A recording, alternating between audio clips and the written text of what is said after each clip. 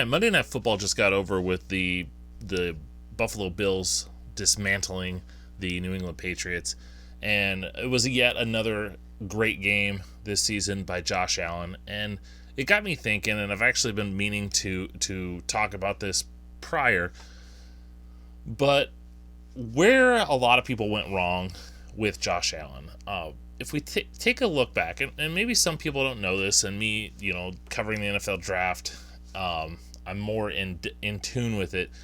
But Josh Allen, when he came out of the 2018 NFL draft, 2019 NFL draft, he was one of the most polarizing prospects in the draft. It seemed like you either thought he was a stud, and there wasn't that many people of it, or you thought he was going to be the next colossal bust.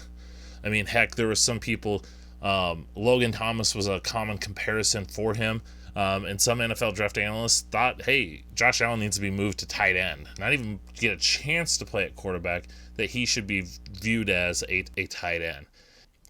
There was a lot of people that didn't like him coming out, and so I want to look at what can we learn from this? Where can we take what the evaluation of Josh Allen and where he is to now having the success? I think he's a legit MVP candidate. I don't think he's going to win it, but he's a legit MVP candidate. He's at this point probably the top best young quarterback from that 2019 NFL draft, and that does include Lamar Jackson as well.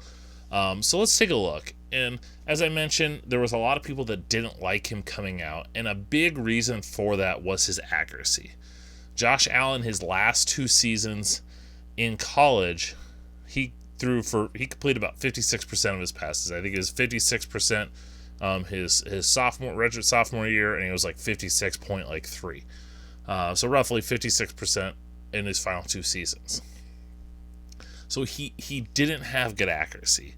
And he also didn't play well in some of his best games. His Wyoming's chances to play the big names, Nebraska, Oregon, and Iowa, those were, his 2 years as a starter, the marquee matchups.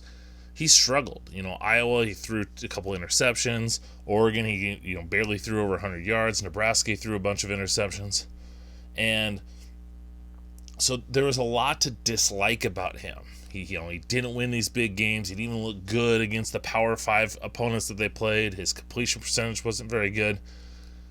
So it's understandable that people didn't like him, because they said, hey, you're not accurate in college. What's going to change when it goes to the NFL? And I think the thing I always thought, and I was a Josh Allen apologist when he came out. I liked him a lot. He wasn't my number one quarterback in that class. It was Josh Rosen, but we'll move on from there. But I was a Josh Allen apologist just because I saw all this hate, all this disparaging of him, and I'm like, this guy's got potential, and I think we a lot of people wanted to crap on him, and so when I look at Josh Allen and when he came out, a couple things, and maybe this is excuse making, but we're seeing him have success in the NFL. His accuracy wasn't very good. 56% completion percentage. The thing about Allen, though, is his completion percentage. He played in Wyoming's offense. Craig Bull, a guy that was at North Dakota State when Carson Wentz was there. They wanted to drive the ball down the field. Josh Allen wasn't sitting there dinking and dunking and throwing those quick passes. I know Justin Herbert's a guy that I compared a lot to Josh Allen, and Justin Herbert his past year, at his senior year at Oregon, his completion percentage was pretty high, but they threw a lot of those quick wide receiver passes. Just get the ball outside to your receivers, get them going, almost like a long handoff. Josh Allen didn't do those things. He didn't throw screen passes, and that he tended to drive the ball down the field. They were a run-oriented team, and they took play-action shots with him. He took some risks, and so when I looked at his accuracy, I said, yeah, he's not completed. And never once did I say, oh, he's the more accurate passer that people are giving him credit for. But when I watched Josh Allen in college, and I did his scouting report, and I evaluated him as a prospect, I saw that he was making a lot of tough throws. He was having to throw into coverage. He was having to throw the ball deep on a regular basis. And those are or throws that players don't typically make. Now, he was sure off by yards here and there too, but his level of difficulty was a lot higher than others. And another thing I think people kind of forget about is he didn't really have weapons. In 2016, he had a couple guys that are playing in the NFL. Brian Hill is a backup running back with the Atlanta Falcons. His center, Chase Roullier, is starting for the Washington football team. Jacob Hollister is playing a backup rotational role at tight end for the Seahawks. Caught a touchdown this past weekend. Tanner Gentry was his top receiver, but he was an undrafted guy that never stuck with a team. And those were his weapons. And sure, you've got 3 of those guys playing in the NFL along with him, but I wouldn't say any of those guys are just tearing it up. They're not like it's, he's Tua Tagovailoa, who had Jalen Waddell and Jerry Jeudy and Henry Ruggs and that type of player. So he didn't have the best weapons in an offense that was trying to, push it down the field. And in 2017, he lost all those guys and still continued to put up very similar numbers. So that's the one thing I thought about. And when Josh Allen was coming out, the player that I comped him the most to was Cam Newton and Jay Cutler. And the Cam Newton comparison was a lot with his accuracy. And I thought, okay, yes, he doesn't have the best completion percentage. He's never going to be a super accurate pinpoint thrower, but you need to do what the Carolina Panthers did with Cam Newton when he first came up and get him bigger receivers, guys that he can just throw the ball up to and they can go get it, that kind of take away that margin for error. So I thought stylistically with Cam Newton, he was a guy that, big, they're both about 6'5", 6'6". They're, 240, 250 pounds, both good athletes that could run, strong arms, not the most accurate. So stylistically, the player that I liked with him was Cam Newton. Now, he's playing, I don't know, at the Cam Newton level. When Cam Newton was really going in Carolina, he was at an elite level. Josh Allen's close, but he's not quite there. Now, the Jay Cutler comparison is the one I like too, but it was like his potential. Jay Cutler is a guy who has all the talent in the world, strong arm, just like Josh Allen. Cutler is a lot better athlete than people give him credit for, not Josh Allen level good.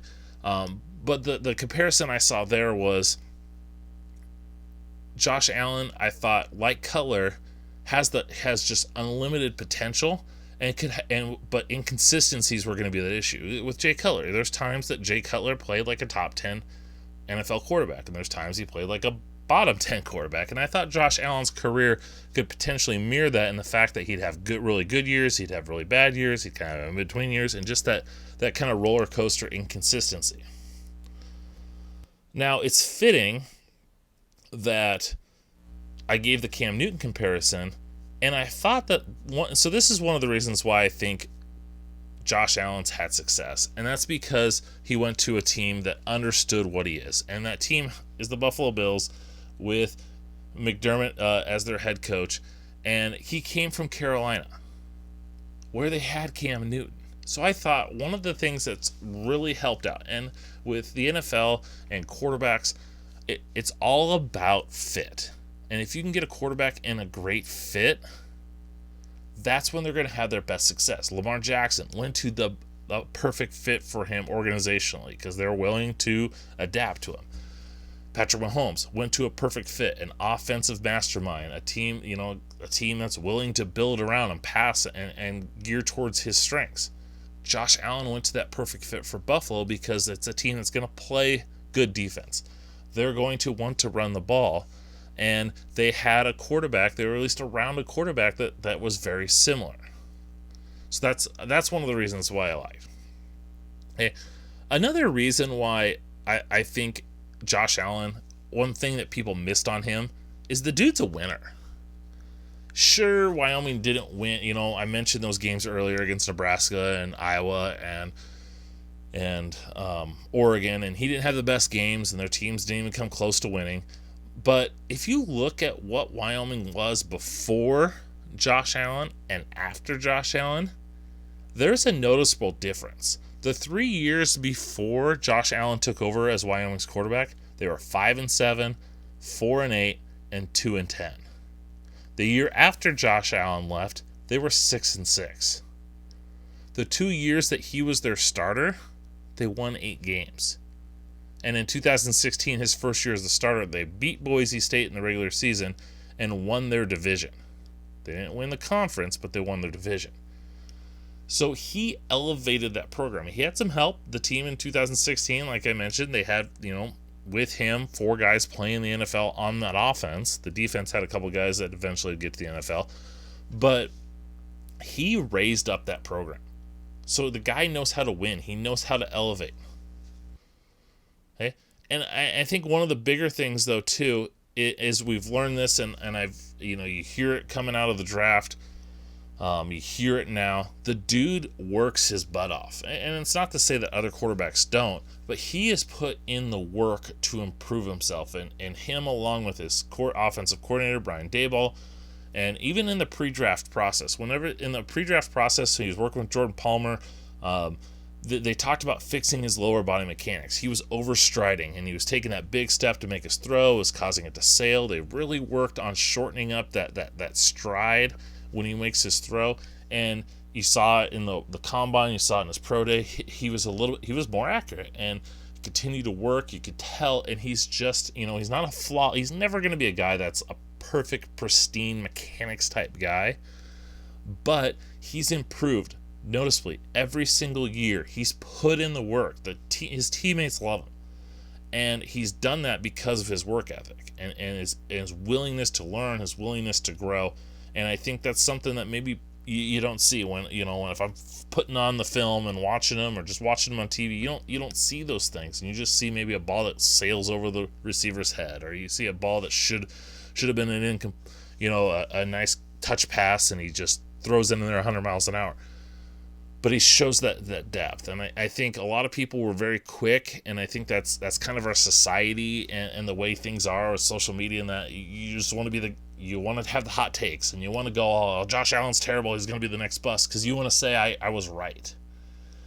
And I think a lot of people wanted to be right rather than looking at all the details with Josh Allen, and they missed on a guy who, if we're looking at things, Patrick Mahomes probably right now is the top ascending quarterback. If he's not one of the best, he's probably the best quarterback in the NFL right now. I know there's Tom Brady is still in the league, Drew Brees is still in the league. Patrick Mahomes is number 1. And if you look at the young quarterbacks, if you look at sheer talent, Josh Allen is one of the closest guys to him. Just his arm strength, his ability to just second read plays and just make these tremendous passes and make plays. Josh Allen's legitimately maybe the next best thing. And you're seeing the Bills. Like I said tonight, Monday Night Football game just got over. They thrashed the Patriots, and I know it's not the Patriots of old, but the Bills solidify themselves as the top team in the NFC East. They're a team that I think is a legit chance to push the Chiefs. I still think the Chiefs are going to win, but watch out for the Bills in the next several years, and the big reason for that is Josh Allen, his talent, and his continued development.